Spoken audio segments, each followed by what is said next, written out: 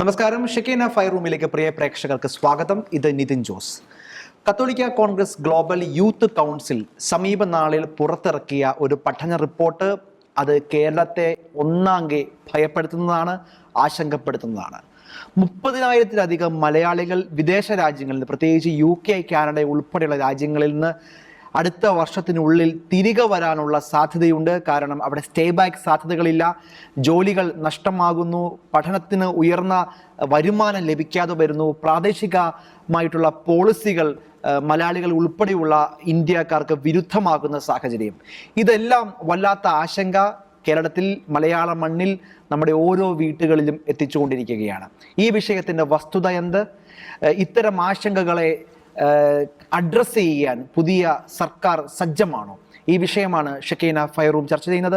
കൂടെയുള്ളത് ശ്രീ ആന്റണി സച്ചിൻ, ഒപ്പം ശ്രീ അബി കാഞ്ഞിരപ്പാറ. അദ്ദേഹം കത്തോലിക്ക Congress global youth council coordinator കൂടിയാണ്. രണ്ടുപേർക്കും പ്രിയ പ്രേക്ഷകർക്കും ഷെക്കീന ഫയർ റൂമിലേക്ക് സ്വാഗതം. ശ്രീ അബി കാഞ്ഞിരപ്പാറ, ഇന്ന് നമ്മൾ ചർച്ച ആരംഭിക്കുന്നത് കത്തോലിക്ക കോൺഗ്രസ് ഗ്ലോബലിൻ്റെ യൂത്ത് കൗൺസിൽ അങ്ങ് ഉൾപ്പെടുന്ന പ്രസ്ഥാനത്തിൻ്റെ ഒരു പഠന റിപ്പോർട്ടാണ്. അത് ഞാൻ മനസ്സിലാക്കിയിടത്തോളം അത് കഴിഞ്ഞ വാരങ്ങളിൽ ആ റിപ്പോർട്ടിൽ നിന്ന് 30,000-ലധികം ആളുകൾ, മലയാളികൾ തിരികെ വരേണ്ട ഒരു സാഹചര്യമുണ്ട്. അവിടെ ജോലി നഷ്ടമാകുന്നു, അല്ലെങ്കിൽ അവർക്ക് അവിടെ എക്സിസ്റ്റൻസ് ഇല്ല എന്ന് പറയുന്നു. എത്രത്തോളം നമ്മൾ ആശങ്കപ്പെടേണ്ടതുണ്ട്? അതിനെങ്ങനെയാണ് കാണേണ്ടത്? നമ്മൾ ഈ കത്തോലിക്ക കോൺഗ്രസിൻ്റെ UK, ഗ്രേറ്റ് ബ്രിട്ടൻ രൂപതയിലുള്ള കോർഡിനേറ്റേഴ്സാണ് ആദ്യമായിട്ട് ഈ ഒരു ആശങ്ക നമ്മളോട് പങ്കുവെക്കുന്നത്. അതായത് കേരളത്തിൽ നിന്ന്, പ്രത്യേകിച്ച് ഇന്ത്യയിൽ നിന്ന് കൂടുതലായിട്ട് മലയാളികൾ ഉൾപ്പെടെയുള്ള സമൂഹത്തിന് നേരിടുന്ന വലിയൊരു പ്രശ്നമാണ്. അവിടെ ചെന്ന് പഠനം കഴിഞ്ഞ് സ്റ്റേ ബാക്ക് പീരീഡും കഴിഞ്ഞ് പിന്നെ വലിയൊരു പ്രതിസന്ധിയിലേക്ക് ചെന്നയാടെയാണ്. അതായത് ഇവിടുന്ന് ഏതാണ്ട് ഏറ്റവും കുറഞ്ഞ 15 ലക്ഷം രൂപ മുതൽ 45 ലക്ഷം രൂപ വരെയൊക്കെയാണ് കടമെടുത്തിട്ട് ഈ കുട്ടികൾ അങ്ങോട്ട് ചെന്നിരിക്കുന്നത്. അത് കഴിഞ്ഞ് അവർക്ക് അവരുടെ പ്രോപ്പറായിട്ട് സ്റ്റേ ബാക്ക് ലഭിക്കാനോ പ്രോപ്പറായിട്ട് ജോലി കിട്ടാനുള്ള സാധ്യതകൾ ഇല്ലാണ്ട് വരുന്നു. അപ്പോൾ അവർ വലിയൊരു പ്രതിസന്ധിയിലേക്ക് ചെല്ലുന്ന സാഹചര്യത്തിൽ വീണ്ടും കുട്ടികൾ ഇവിടുന്ന് അങ്ങോട്ട് ഫ്ലോ ചെയ്യുകയാണ്. അങ്ങനെ ഒരു സാഹചര്യത്തിൽ പ്രോപ്പറായിട്ട് അഡ്രസ്സ് ചെയ്തില്ലെങ്കിൽ ഈ കുട്ടികൾ, അവരുടെ ഫാമിലി, ഈ സിസ്റ്റത്തെ മുഴുവനായിട്ട് ബാധിക്കുന്ന സാഹചര്യത്തിൽ വളരെ ഇമ്മീഡിയറ്റ് ആയിട്ട് എന്തെങ്കിലും ചെയ്യണമെന്നുള്ള ഉദ്ദേശത്തിലാണ് നമ്മൾ അവരുടെ ഏതാണ്ട് ഒരു പ്രൈമറി സ്റ്റാറ്റിസ്റ്റിക്സ് എടുത്ത് ഇങ്ങനെ ഒരു സ്ഥിതി വിവരക്കണക്കിൽ നിന്ന് നമ്മളിങ്ങനെ ഒരു റിപ്പോർട്ട് ജനറേറ്റ് ചെയ്തു. ആ ജനറേറ്റ് ചെയ്ത റിപ്പോർട്ടാണ് അന്നത്തെ ഗവൺമെൻറ്റിന് സമർപ്പിച്ചു. ഓപ്പോസിഷൻ ലീഡർ VD സതീശനും P രാജനും ഉൾപ്പെടെയുള്ള ആൾക്കാർക്ക് നമ്മളത് സമർപ്പിച്ചു. അപ്പോൾ ഈ ആശങ്കിപ്പിക്കുന്ന ഒരു തിരിച്ചറിവ് അതിൻ്റെ അകത്ത് ഉണ്ടായെന്ന് പറഞ്ഞു കഴിഞ്ഞാൽ ഏതാണ്ട് ഏറ്റവും ഒരു മിനിമൽ നമ്പറാണ് നമ്മൾ പറയുന്നത്, ഒരു 30,000 പേരെങ്കിലും ഏറ്റവും ചുരുങ്ങിയതുണ്ടാവുന്നത്. അത്രയും ആളുകൾ വളരെ ഇമ്മീഡിയറ്റ് ആയിട്ട്, അത് ഒരു വർഷത്തെ കണക്കാണ് ഈ പറയുന്നത്,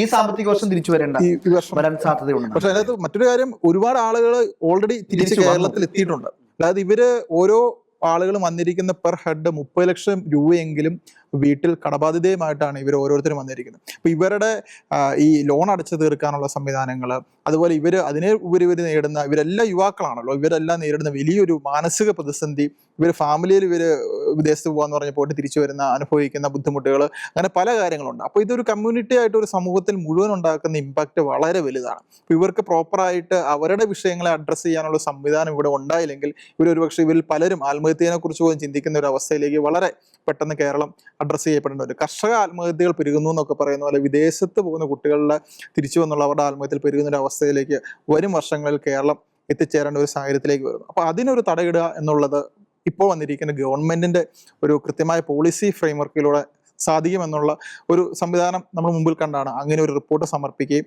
അങ്ങനെയുള്ള കാര്യങ്ങൾ മുമ്പോട്ട് പോകാൻ വേണ്ടി നമ്മൾ ചീഫ് മിനിസ്റ്റർ ഉൾപ്പെടെയുള്ള ആളുകളെ സമീപിക്കുകയും ചെയ്തു. ശരി, ഇവിടെ പുതിയ മന്ത്രിസഭ വരുമ്പോൾ, അല്ലെങ്കിൽ അവരുടെ ഈ ഒരു ഘട്ടത്തിൽ എനിക്ക് തോന്നുന്നു അഡ്രസ്സ് ചെയ്യപ്പെടേണ്ട വിഷയം തന്നെയാണ് അഭി പറഞ്ഞതുപോലെ, അല്ലേ? കാരണം നമ്മളൊന്ന് ആലോചിച്ച് നോക്കൂ, നമ്മൾ പ്രത്യേകിച്ച് കോവിഡിന് ശേഷമുള്ള ഒരു തരംഗം നമ്മൾ കണ്ടു. അന്ന് ഈ ഇൻസ്റ്റഗ്രാം റീൽസിലൂടെയും അല്ലെങ്കിൽ വിദേശ ഏജൻസി മാഫിയകൾ കേരളത്തിൽ വലിയ ശക്തമാണ്. അവർ പല പേരിൽ പല പത്രങ്ങളെയൊക്കെ ചേർത്ത് പിടിച്ച് വലിയ പരസ്യങ്ങൾ, വലിയ വിദ്യാഭ്യാസ എക്സ്പോകളൊക്കെ ഈ നാട്ടിൽ നടത്തുന്നുണ്ടല്ലോ. അപ്പോൾ അവരുടെയൊക്കെ മായികമായ ഒരു പരസ്യവാചകത്തിൽ ജീവിതം അങ്ങോട്ടേക്ക് പറിച്ചു നടാമെന്ന് കരുതിയ ഒരു കൂട്ടം മനുഷ്യർ, ഈയാമ്പാറ്റകളെ പോലെ അവരുടെ ആ വാക്കും വിശ്വസിച്ച് നാട് കടന്ന മനുഷ്യർ, ഒരു കമ്പനി അല്ലെങ്കിൽ ഒരു കൺസൾട്ടൻസിയെ കുറ്റം പറയാൻ പറ്റുമെന്ന് ചോദിച്ചാൽ ഇല്ലെന്ന് തന്നെ പറയാം, ഒരു പരിധി വരെ. കാരണം അവരെപ്പോഴും ഒരു പരസ്യമാണല്ലോ, ഇതൊരു പ്രൊഡക്റ്റ് ആണല്ലോ. അവരെ സംബന്ധിച്ചോളം എണ്ണമാണ്, അക്കങ്ങളാണ്. 5,000 പേരെ ഞങ്ങൾ വിദേശത്തേക്ക് കൊണ്ടുപോയി, 10,000 പേരെ കൊണ്ടുപോയി, ഒരു ദിവസം കൊണ്ടുപോയി, ഈ പരസ്യങ്ങളൊക്കെയാണല്ലോ അവരെയും അവർ ഓൺ ചെയ്യുന്ന ചില പത്രങ്ങളെയും പ്രധാനമായി എൻഗേജ് ചെയ്യുക. പക്ഷേ നമ്മൾ മുന്നോട്ട് പോകുമ്പോൾ ഇവർ പങ്കുവെച്ച പല കാര്യങ്ങളും അസത്യമാണെന്ന് നമ്മൾ മനസ്സിലാക്കുന്നു. ഇവർ പറഞ്ഞ പോലെ അവിടെ വലിയ അവസരങ്ങളില്ലെന്ന് മനസ്സിലാക്കുന്നു. പക്ഷേ ഏജൻസികൾക്ക് അപ്പുറത്തേക്ക് ഈ രാജ്യങ്ങളുടെ നയതന്ത്ര പോളിസികൾ മാറുന്നത് നമ്മൾ കണ്ടു, ഇൻറ്റേർണൽ പോളിസികൾ മാറുന്നത് നമ്മൾ കണ്ടു.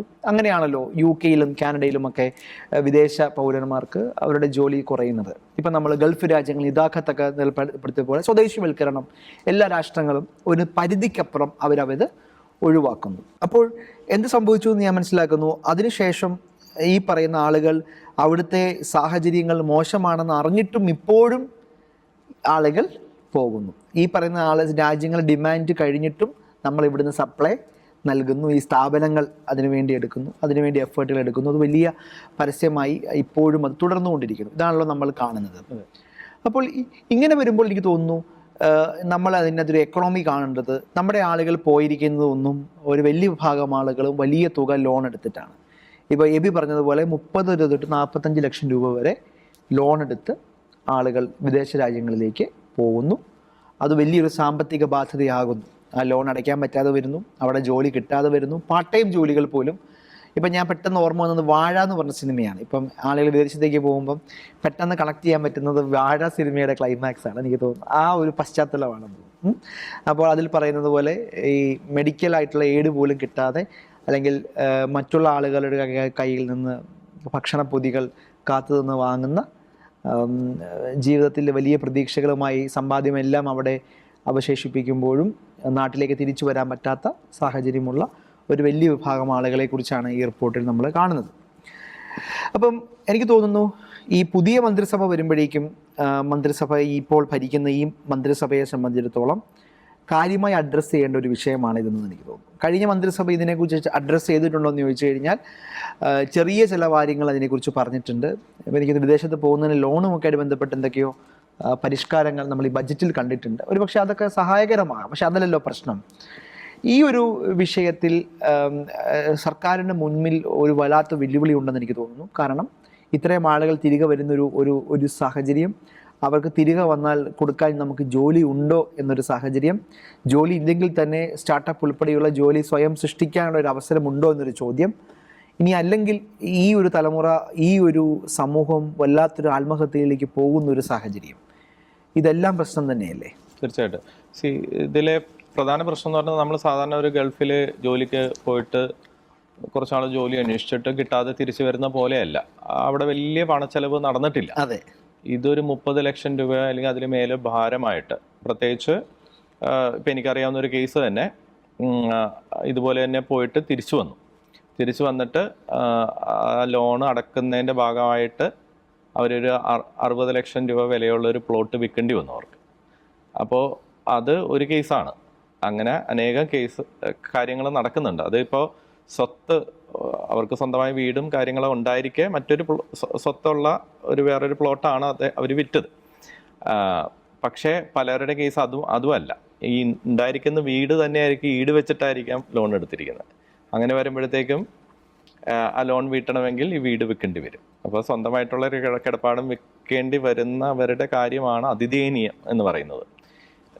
കേരള ഗവൺമെന്റിന് എത്രത്തോളം ഈ കാര്യത്തിൽ ഇടപെടാൻ പറ്റും എന്ന് തന്നെ എനിക്ക് സംശയമാണ്. കാരണം പറഞ്ഞാല് ഫിനാൻഷ്യലി സൗണ്ടായ കുടുംബങ്ങളെ സംബന്ധിച്ച് അത് വലിയ പ്രശ്നമില്ലായിരിക്കും. പക്ഷേ ഈ പറഞ്ഞ പോലെ മിഡിൽ ക്ലാസ് അല്ലെങ്കിൽ ലോവർ മിഡിൽ ക്ലാസ് ഫാമിലികളിൽ നിന്ന് പോയ കുട്ടികളെ സംബന്ധിച്ച് വലിയ പ്രശ്നമായിരിക്കും. ഞാൻ വിചാരിക്കുന്നത് ഇപ്പോൾ ഈ കോവിഡ് സമയങ്ങളിൽ ലോണിനൊക്കെ മൊറട്ടോറിയം പ്രഖ്യാപിച്ചിരുന്നു. അതുപോലെ ഒരു മൊറട്ടോറിയം ഞാൻ പറയും, ഇനി പോകുന്നവർക്ക് വേണ്ട. ഇനി പോകുന്നവർ ഓൾറെഡി അവർ അവെയർ ആയിട്ടുണ്ട്, ഈ പോകുന്നിടത്ത് ബുദ്ധിമുട്ടുണ്ട്, അത്ര ഒരു സാമ്പത്തിക സ്ഥിതിയുള്ള ആളുകൾക്കാണ് പോകാൻ പറ്റില്ല, അല്ലെങ്കിൽ അങ്ങനെ അവരുടെ അടുത്ത് നിൽക്കുന്ന ബന്ധുക്കൾക്കൊക്കെ ആയിരിക്കും പോകാൻ പറ്റില്ല. പക്ഷെ നേരത്തെ പോയ ആളുകൾ, അല്ലെങ്കിൽ ഈ പറയുന്ന വലിയ ഏജൻസികളുടെ ഒക്കെ ഒരു മാസ് റിക്രൂട്ട്മെന്റിന്റെ ഭാഗമായിട്ട് പോയ ആളുകൾ, അവർ തിരിച്ചു വരേണ്ട സാഹചര്യം ഉണ്ടായിട്ടുണ്ടെങ്കിൽ അവരുടെ ഈ ലോൺ പീരീഡിൽ ഒരു മൊറട്ടോറിയം അനുവദിക്കാനും അവർക്ക് റിലാക്സേഷൻ കൊടുക്കാനും, അതുപോലെ തന്നെ വരുന്ന ആൾക്കാർക്ക് ഇവിടെ കണ്ടിന്യൂ ചെയ്ത് എംപ്ലോയ് ചെയ്യാനുള്ള, കാരണം അവർ എല്ലാവരും അവിടെ വിദേശ യൂണിവേഴ്സിറ്റികളിൽ പോയി പഠിച്ച ആളുകളാണ്. അവർക്ക് എന്തായാലും ഒരു ഇന്റർനാഷണൽ സ്റ്റാൻഡേർഡിലുള്ള വിദ്യാഭ്യാസവും ആ ഒരു എക്സ്പോഷറും കിട്ടിയ ആളുകളാണ്.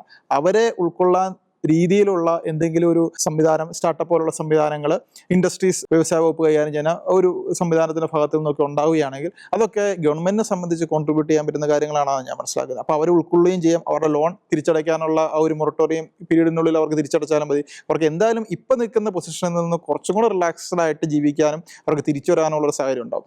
അല്ലെങ്കിൽ സംഭവിക്കാന്ന് പറഞ്ഞാൽ അവർ ചില ആളുകൾ അവിടെ തന്നെ കണ്ടിന്യൂ ചെയ്യേണ്ടി വരും.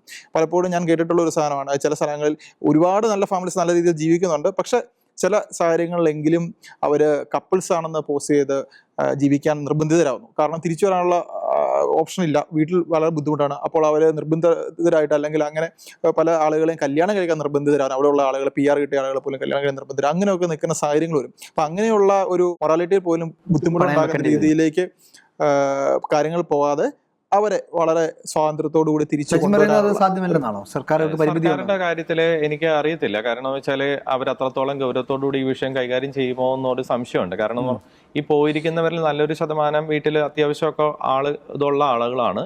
എന്നാൽ middle class or lower middle ക്ലാസിന്റെ കാര്യം പറയുമ്പോഴത്തേക്ക് അവരുടെ പ്രശ്നങ്ങൾ എത്രത്തോളം ജനശ്രദ്ധയിലേക്ക് കൊണ്ടുവരാൻ പറ്റും എന്നുള്ളത്. ബിക്കോസ് നമ്മൾ പൊതുവേ ഉള്ള പല പ്രശ്നങ്ങൾ വെച്ച് നോക്കുമ്പോഴത്തേക്ക് ഈ 30,000 പേരുടെ ഈ ഒരു കണക്കെന്നൊക്കെ പറയുമ്പോഴത്തേക്കും ജനശ്രദ്ധ, അതായത് ഒരു മന്ത്രിസഭയിൽ അത്രത്തോളം ഒരു പ്രശ്നം ഉണ്ടാകുന്ന ഒരു തലത്തിലേക്ക് വന്നാൽ മാത്രമേ അവരതിനുവേണ്ടി കാര്യങ്ങൾ ചെയ്യാൻ സാധ്യതയുള്ളൂ. അതേസമയം അവർ കണ്ടറിഞ്ഞ് കാര്യം ചെയ്താൽ ഈ പറഞ്ഞ പോലെ പറഞ്ഞ പോലെ ആണെങ്കിൽ തീർച്ചയായിട്ടും വലിയ കാര്യമാണ് അങ്ങനെ സംഭവിച്ചാൽ. പക്ഷെ ഞാൻ പറയുന്നത് അതിനേക്കാൾ ഉപരി നമ്മുടെ ഇടയിൽ തന്നെ അതിനൊരു അവയർനെസ് കൊടുക്കേണ്ടത് തന്നെ, പ്രത്യേകിച്ച് നമ്മുടെ കുടുംബങ്ങളിൽ നിന്നൊക്കെയാണല്ലോ ഈ കുട്ടികളൊക്കെ മിക്കവാറും ക്രൈസ്തവ കുടുംബങ്ങളിൽ നിന്നാണ് കൂടുതലായിട്ട് പോകുന്നത്. അപ്പോൾ എന്തുകൊണ്ട് നമുക്ക് നമ്മുടെ ഇടവക തലത്തിലൊക്കെ ആയിട്ട് കൂടുതലായിട്ട് ഒരു ബോധവൽക്കരണം എന്തെന്ന് പറഞ്ഞാൽ കുറച്ചുകൂടി ഒരു പ്രിവെന്റീവ് ലെവലിലേക്ക് ചെയ്യുക എന്നുള്ളതാണ്. അതായത് ആപത്ത് വന്നിട്ട് അതിന് പരിഹാരം കണ്ടെത്തുന്നതിന് പകരം ആപത്ത് വരാതിരിക്കാനായിട്ട് എന്താ നമുക്ക് ചെയ്യാൻ പറ്റുന്നതാണ്. കാരണം അവിടെ പോയിട്ട് തിരിച്ചു വന്നു കഴിയുമ്പോഴത്തേക്കും പിന്നെ ലോണിന് അടവിന് ഒരു റിലാക്സേഷൻ കിട്ടുന്നതാണോ, അങ്ങനെ ഒരു അബദ്ധത്തിൽ പോയി ചാടാതിരിക്കുന്നതാണ് ഏതാണ് നമ്മൾ ചെയ്യേണ്ട ഒരു സ്റ്റെപ്പ് എന്നുള്ളതാണ് നോക്കേണ്ടത്. അപ്പൊ അങ്ങനെ ഒരു തലത്തില് എന്താന്ന് പറഞ്ഞാൽ ഇതൊരു മായിക ലോകമാണ്. ഇപ്പൊ UK-യിലുള്ള ഒരു സുഹൃത്ത് 23 വർഷമായിട്ട് UK-യിൽ താമസിക്കുന്ന ഒരു സുഹൃത്ത് എന്നോട് പറയാണ്, UK-യിൽ നൈറ്റ് ലൈഫ് എന്നും പറഞ്ഞ് വരുന്ന ആൾക്കാരെയൊക്കെ സമ്മതിക്കണം. കാരണം UK-യിൽ ഒരു നൈറ്റ് ലൈഫും ഇല്ല എന്നുള്ളത് ഏതെങ്കിലും വല്ല ഹോളിവുഡ് സിനിമയൊക്കെ കണ്ടിട്ട് അതൊക്കെ UK ആണെന്നൊക്കെ വിചാരിച്ചിട്ടായിരിക്കും ഇതൊക്കെ വന്ന് കാണുന്നത്, പോരാനായിട്ടൊക്കെ തോന്നുന്നത്. അതിനേക്കാളും നൈറ്റ് ലൈഫ് നമ്മുടെ നാട്ടിലുണ്ട്. അപ്പോൾ ഞാൻ പറയുന്നത് ഇവര് ഒരു മായിക ലോകത്താണ്. പലരും പോകുന്നതിന് മുമ്പ് ഇതിനെക്കുറിച്ചിട്ടുള്ള ചിന്താഗതികളെല്ലാം അവരുടെ പിയർ ഗ്രൂപ്പിലുള്ള പല ആളുകളും പല കുട്ടികളും ഇതുപോലെ പോയിട്ട് അവിടെ നിന്ന് സെൽഫി എടുത്ത് ഫേസ്ബുക്കിലും ഇൻസ്റ്റാഗ്രാമിലൊക്കെ പോസ്റ്റ് ചെയ്യുന്ന വീഡിയോസൊക്കെ കണ്ടിട്ടാണ് ഇവർക്കും പോകാൻ തോന്നുന്നത്. അപ്പോൾ ആ ഒരു ഭ്രമം, ഒരു ട്രെൻഡ്, അന്ധമായ ഒരു ട്രെൻഡ് ഫോളോ ചെയ്യുന്ന ഒരു സിറ്റുവേഷനിൽ നിന്നും മാറുക എന്നതാണ് ഏറ്റവും പ്രധാനം. രണ്ടാമത്തെ പോയിന്റ് എന്ന് പറഞ്ഞു കഴിഞ്ഞാൽ ഈ നാട്ടിലും 3.5 കോടി ജനങ്ങൾ ജീവിച്ചുകൊണ്ടിരിക്കുന്നതാണ്. ഇവരാരും ഭക്ഷണം കിട്ടാതെ മരിച്ചു വീഴുന്നില്ല, ഒരു തൊഴിൽ കിട്ടാതെ മരിച്ചു വീഴുന്നുമില്ല. പക്ഷേ തീർച്ചയായിട്ടും ഒരു പഠിപ്പിനനുസരിച്ചിട്ടുള്ള ഓരോരുത്തരുടെ വിദ്യാഭ്യാസത്തിനനുസരിച്ചിട്ടുള്ള ഒരു തൊഴിൽ കിട്ടാതെ ബുദ്ധിമുട്ടുന്ന ഒരു കാര്യമുണ്ട്. അപ്പം നമുക്ക് കുറച്ചും കൂടി ക്ഷമയോടുകൂടെ ഒരുപക്ഷെ തൊട്ടയൽ സംസ്ഥാനങ്ങളിലെ തൊഴിൽ തേടി പോകുന്ന ഒരു പഴയ സാഹചര്യം ഉണ്ടല്ലോ, അതേപോലെ പോകുന്നതായിരിക്കാം ചിലപ്പോൾ ഇപ്പൊ അഭികാമ്യം. ഒരുപക്ഷെ എല്ലാവർക്കും നമുക്ക് അടുത്ത ഘട്ടത്തിലല്ലേ ചിന്തിക്കാൻ പറ്റുള്ളൂ. അങ്ങ് ഈ പറയുന്നതൊക്കെ ശരിയാണ്, പക്ഷെ അത് രണ്ടാം തലമാണല്ലോ. നമ്മളിപ്പോൾ അഡ്രസ്സ് ചെയ്യേണ്ട ഒരു പ്രശ്നത്തെ ഈ നാട് ഈ ഒരു ചലഞ്ചിനെ അഡ്രസ്സ് ചെയ്യാൻ സജ്ജമാണോ എന്നുള്ളതാണല്ലോ നമ്മുടെ ചർച്ചയുടെ ആദ്യ പാദം. ഒന്ന് നമുക്ക് ഈ മലയാളികളുടെ ഒരു നെറ്റ്വർക്കിംഗ് ഒക്കെ ഇതിനു വേണ്ടി നല്ല രീതിയിൽ ഉപയോഗിക്കാൻ എനിക്ക് തോന്നുന്നു. ഇപ്പോൾ ഈ കത്തോലിക്ക കോൺഗ്രസ് ഈ വിഷയം അഡ്രസ്സ് ചെയ്ത് കഴിഞ്ഞപ്പോൾ രണ്ട് കാര്യങ്ങളുണ്ട്. ഒന്ന്, നാട്ടിൽ വന്നാൽ ഇവരെങ്ങനെ അക്കോമഡേറ്റ് ചെയ്യുക എന്നുള്ള കാര്യം. അതോടൊപ്പം ഇവർ ഈ പല രാജ്യങ്ങളിലും ഇപ്പോൾ ഈ പറയുന്ന യൂറോപ്യൻ കൺട്രീസ്, അതുപോലെ തന്നെ US, UK, അതുപോലെ ഓസ്ട്രേലിയ, ന്യൂസിലൻഡ് പോലുള്ള രാജ്യങ്ങളാണ് കൂടുതലായിട്ട് ഈ പ്രശ്നങ്ങൾ വരുന്നത്, സ്കാൻഡിനേവിയൻ കൺട്രീസ്. അപ്പോൾ അവിടെയുള്ള മലയാളി കമ്മ്യൂണിറ്റി അവർ വിചാരിച്ചു കഴിഞ്ഞിട്ടുണ്ടെങ്കിൽ ഒരു പരിധി വരെ കുറേ ആളുകളെ അവരെ ഒക്കുപ്പേ ചെയ്യിപ്പിക്കാനും അവർക്ക് എന്തെങ്കിലുമൊക്കെ സംവിധാനങ്ങൾ ഹെൽപ്പ് ചെയ്യാനും അവർ വർഷങ്ങളായിട്ടുള്ള ആളുകളുണ്ടല്ലോ അവർക്ക്. പക്ഷേ ഇവർക്ക് ഈ ചെന്ന കുട്ടികൾക്ക് പ്രോപ്പർ നെറ്റ്വർക്കിംഗ് എല്ലാവർക്കും ഉണ്ടാകണമെന്നില്ല. ആകെ മിനിമം പരിചയത്തിലൊക്കെ ആയിരിക്കും അങ്ങനെയുള്ളത്. അപ്പോൾ അങ്ങനെയുള്ള ഒരു സമൂഹങ്ങളുമായിട്ട് ഇവരെ കണക്ട് ചെയ്യുകയാണെങ്കിൽ, അങ്ങനെയുള്ള ആളുകളെ തേടിപ്പിടിക്കാനുള്ള ഒരു സംവിധാനങ്ങൾ ഉണ്ടാക്കുകയാണെങ്കിൽ അവർക്ക് അവിടെ തന്നെ അവർക്ക് കുറച്ചും കൂടെ കണ്ടിന്യൂ ചെയ്യാനുള്ള, എല്ലാവർക്കും പറ്റില്ല, ഒരു പരിധി വരെയെങ്കിലും അവർക്ക് അവിടെ ഹെൽപ്ഫുൾ ആയിരിക്കും. രണ്ടാമത്, ഇവിടെ നാട്ടിലേക്ക് വരുന്ന ആൾക്കാരുടെ കാര്യമാണ് ഞാൻ നേരത്തെ പറഞ്ഞ പോലെ. ഇപ്പോൾ കഴിഞ്ഞ ദിവസങ്ങളിൽ നേരത്തെ മന്ത്രിയായിരുന്ന P. രാജീവ് പറഞ്ഞ ഒരു പ്രസ്താവന ഉണ്ട്. അതായത് ഇൻക്ലൂഡിങ് മിഡിൽ ഈസ്റ്റ് ഏതാണ്ട് 40,000-ഓളം പ്രൊഫഷണൽസ് കേരളത്തിലേക്ക് പോസ്റ്റ് കോവിഡ് ടൈമിൽ തിരിച്ചു വന്നത്. അദ്ദേഹം ലിങ്ക്ഡിനുമായിട്ട് സപ്പോർട്ടീവായിട്ട് എടുത്ത ഒരു ഡേറ്റയാണ്. അപ്പോൾ ഈ 40,000-ഓളം പ്രൊഫഷണൽസ് തിരിച്ചു വരിക എന്ന് പറഞ്ഞു കഴിഞ്ഞിട്ടുണ്ടെങ്കിൽ അദ്ദേഹം അതിൽ വളരെ പോസിറ്റീവായിട്ടാണ് കാണുന്നത്. അത്ര ഓൺടർപ്രണർഷിപ്പും അത്ര ബിസിനസ് സാധ്യതകളിലും കേരളത്തിൽ കൂടുതൽ എന്നാണ് പറയുന്നത്. അപ്പം അങ്ങനത്തെ ഒരു വിഷനോടുകൂടി ഈ കാര്യങ്ങളെ സമീപിക്കുകയാണെങ്കിൽ കുറച്ചും കൂടെ അവരെ ക്യാറ്റർ ചെയ്യാനും അവരുടെ ആ ഒരു സ്കില്ല് നമുക്ക് ഉപയോഗിക്കാനും ഒക്കെ സാധിക്കും. ഞങ്ങൾ ഈ കത്തോലിക്ക കോൺഗ്രസ് യൂത്ത് കൗൺസിൽ ഇതുമായിട്ട് ബന്ധപ്പെട്ട് നടത്തിയ ഒരു സെമിനാറിൽ ഇപ്പോഴത്തെ നിലവിലത്തെ മുഖ്യമന്ത്രി അന്ന് വി ഡി സതീശൻ ഓപ്പോസിഷൻ ലീഡറായിരുന്നു, അദ്ദേഹം പങ്കെടുത്തിരുന്നു. അദ്ദേഹം നമുക്ക് ഉറപ്പ് നൽകിയതാണ് ഈ ഒരു വിഷയത്തിൽ ഞാൻ പഠിക്കും, അതുപോലെ തന്നെ ഇത് നിങ്ങൾ പറഞ്ഞ വിഷയം കാതലുള്ള വിഷയമാണ്, ഇത് അഡ്രസ്സ് ചെയ്യപ്പെടേണ്ട വിഷയമാണ്, ഞാൻ ഉറപ്പായിട്ട് ഇതിനകത്ത് നടപടികൾ സ്വീകരിക്കുമെന്ന് ഉറപ്പ് നൽകുകയാണ്. അപ്പോൾ അദ്ദേഹം മുഖ്യമന്ത്രി ആയ സ്ഥിതിക്ക് ഉറപ്പായിട്ട് ഈ വിഷയത്തിൽ എന്തെങ്കിലും നീക്കങ്ങൾ നടത്തുമെന്ന് നമുക്ക് പ്രതീക്ഷിക്കാവുന്നതാണ്. അപ്പോൾ അത് ഉറപ്പായിട്ട് വിദേശത്തുള്ള ഇതുപോലെ പ്രതിസന്ധി നേരിടുന്ന കുട്ടികൾക്ക് അല്ലെ യുവാക്കൾക്ക് യുവതികൾക്കൊക്കെ തിരിച്ചു വന്നാലും അവർക്ക് ഇവിടെ നമ്മളെ സ്വീകരിക്കാനുള്ള സ്പേസ് ഉണ്ട്, അവർ ബുദ്ധിമുട്ടേണ്ട കാര്യമില്ല എന്നുള്ളൊരു ഹോപ്പ്ഫുൾ സിറ്റുവേഷൻ ആണ് കേരളത്തിലുള്ളതാണ് ഞാൻ മനസ്സിലാക്കുന്നത്. സജിന എങ്ങനെ കാണുന്നു സജിന അതിനെ? ഈ മന്ത്രിതലത്തിൽ ഈ പറഞ്ഞ കാര്യം പോസിറ്റീവായിട്ടൊക്കെ നടന്നാൽ വളരെ നല്ല കാര്യം. അത് എനിക്കറിയത്തില്ല, എനിക്ക് അത്രയും ആലോചിച്ചിട്ട് അവരത്രയും സീരിയസ് ആയിട്ട് അതിനെ ചെയ്യുന്നു. പ്രത്യേകിച്ച് നമുക്കറിയാലോ, ലോണൊക്കെ എടുത്ത് പോയിട്ട് അതിനൊരു തിരിച്ചടവ് എന്തായാലും ചെയ്യേണ്ടി വരും. ഒരു കാലത്ത് നമ്മൾ കർഷക ആത്മഹത്യകൾ കേട്ടിട്ടുണ്ട് അല്ലേ? അതെ. പക്ഷെ എനിക്ക് തോന്നുന്നു നമ്മളത് ഭയപ്പെടുത്തുകയല്ല, പക്ഷെ ഒരു കൃത്യമായ രീതിയിൽ ഒരു ശ്രമം സർക്കാരിൻ്റെ ഭാഗത്തുനിന്ന് ഒരു പിന്തുണ, ഒരു ചേർത്ത് നിർത്തൽ ഉണ്ടായില്ലെങ്കിൽ ഒരു പക്ഷെ അത്രയ്ക്ക് അപകടകരമായ ഒരു സാഹചര്യം ഒരു പക്ഷേ ഉണ്ടായേക്കാം എന്ന് കരുതാം. ഈ കർഷക ആത്മഹത്യയില് കുറെയൊക്കെ നമുക്ക് പരിഹരിക്കാനായിട്ട് അതിനുള്ളൊരു പ്രത്യേകിച്ച് കർഷകരെ സപ്പോർട്ട് ചെയ്യുന്ന പോളിസീസും കാര്യങ്ങളും വന്നാൽ അത് പരിഹരിക്കാൻ പറ്റുന്ന കാര്യമാണ്. പക്ഷെ ഇത് അതുപോലെയല്ല. ഇത് ഒറ്റയടിക്ക് ഒരു തീരുമാനം എടുത്ത് ഏജൻസിക്ക് കൊടുത്തിട്ട് ഒറ്റ പോക്കാണ് പോകുന്നത്. അപ്പൊ ഞാൻ പറയുന്നത് ഉത്തരവാദിത്തമില്ല. ആ വ്യക്തിയുടെ ഒരൊറ്റ തീരുമാനം. കേരളത്തിൽ നമ്മുടെ നാട്ടിലൊരു വിദ്യാഭ്യാസത്തിന് ഒരു കോഴ്സിന് ഒരു അബദ്ധം പറ്റുന്നത് പോലെ അല്ലല്ലോ. ഒരു പക്ഷേ സ്റ്റേറ്റിന് ഒരു കൺട്രോൾ ഉണ്ട്, ആ സംഘടന, ആ പ്രസ്ഥാനം എല്ലാം ഇതിന്റെ കീഴിൽ വരുന്നത്. പക്ഷേ ഈ പറഞ്ഞ ഏജൻസികൾ അവരുടെ കച്ചവടത്തിനായി ഈ കുട്ടികളെ പല രീതിയിൽ അതിന്റെ സാധ്യത ഉപയോഗിക്കുന്നുണ്ടാകും. പക്ഷെ ഇതാണ് ഇപ്പൊ ഞാൻ നേരത്തെ പറഞ്ഞ പോലെ ഒരു ട്രെൻഡിൽ നിൽക്കുന്നതാണ്. നമ്മളൊരു പ്രത്യേക ട്രെൻഡായിട്ട് ഇപ്പൊ നിൽക്കുമ്പോൾ അതിൽ ആ കുട്ടീനെ സംബന്ധിച്ചിടത്തോളം എങ്ങനെയെങ്കിലും നാട് വിടണം. അത് മാതാപിതാക്കന്മാരെ പറഞ്ഞ് എങ്ങനെയെങ്കിലും നിർബന്ധപൂർവ്വം പറഞ്ഞ് അതിലേക്ക് എടുത്ത് ചാടുകയാണ് ചെയ്യുന്നത്. അപ്പൊ മാതാപിതാക്കന്മാർക്കും കൂടുതൽ നിക്കക്കളിയില്ലാണ്ട് കൊച്ചു പറയുന്നതിലേക്ക് കൊച്ചിൻ്റെ ഒപ്പം നിൽക്കാനായിരിക്കും അവരും ശ്രമിക്കുന്നത്. കാരണം ചുറ്റും അടുത്ത് അപ്പുറം ഇപ്പുറമൊക്കെ നിൽക്കുന്ന ചില ആളുകളൊക്കെ രക്ഷപ്പെട്ട കഥകളായിരിക്കും പറയുന്നത്. പരാജയപ്പെട്ടവരുടെ കഥകൾ അധികം കേൾക്കാറില്ല, പറയില്ലല്ലോ പൊതുവെ. അപ്പോൾ അതുകൊണ്ടാണ് ഈ എടുത്തുചാട്ടം കൂടുതലിന്റെ ഫലമായിട്ടാണ് ഇത് സംഭവിക്കുന്നത്. പക്ഷേ ഓരോ നാട്ടിലും പുതിയ ആളുകളെ അക്കോമഡേറ്റ് ചെയ്യാനുള്ള ഒരു കപ്പാസിറ്റി ഉണ്ട്. ഇതിന്റെ മറുവശം എന്ന് പറഞ്ഞാൽ UK സായിപ്പുമാർക്ക് തന്നെ തൊഴിലില്ലാതെ ആകുന്ന ഒരു പ്രശ്നം അവർ തന്നെ പ്രക്ഷോഭമായിട്ടും പല പ്രശ്നങ്ങളായിട്ടൊക്കെ അവിടെ പ്രാദേശിക പ്രക്ഷോഭങ്ങളൊക്കെ തുടങ്ങിയിട്ടുണ്ട് ഓൾറെഡി. ഇപ്പൊ ഇതെല്ലായിടത്തും ഉണ്ടാകുന്ന പ്രശ്നങ്ങളാണ്.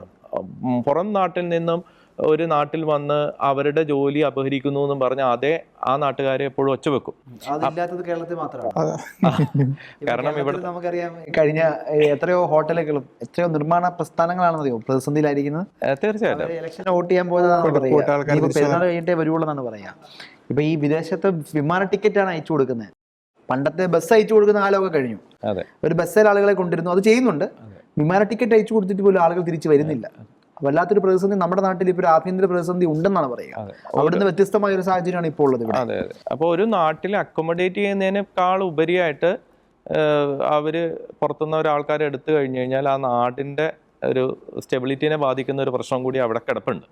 അത് മറ്റൊരു തരത്തിൽ അവിടെ രാഷ്ട്രീയപരമായ പ്രശ്നവും ഈ വിവേചനം കാണിക്കാനും ഇന്ത്യക്കാർക്കെതിരെയുള്ള അതിക്രമങ്ങൾ വർദ്ധിക്കാനൊക്കെ ആയിട്ട് കാര്യങ്ങൾ വന്നിട്ടുണ്ട്. സമ്മറി എന്ന് പറഞ്ഞാൽ ആ നാട്ടിലെ പ്രാദേശിക നിയമങ്ങൾ, അവിടുത്തെ എക്കണോമി, അതിനപ്പുറത്തേക്ക് ഒരു പ്രാദേശികമായ ഒരു പ്രതിസന്ധി, അവിടുത്തെ തൊഴിൽ സാധ്യതകൾ, അവിടുത്തെ തൊഴിൽ സാധ്യതകൾ പ്രധാനമായിട്ടും നമ്മൾ തൊഴിൽ സാധ്യതയ്ക്ക് അപ്പുറത്ത്, തൊഴിൽ സാധ്യതയൊക്കെ നമ്മുടെ എക്കണോമിയുടെ ഭാഗമാണല്ലോ.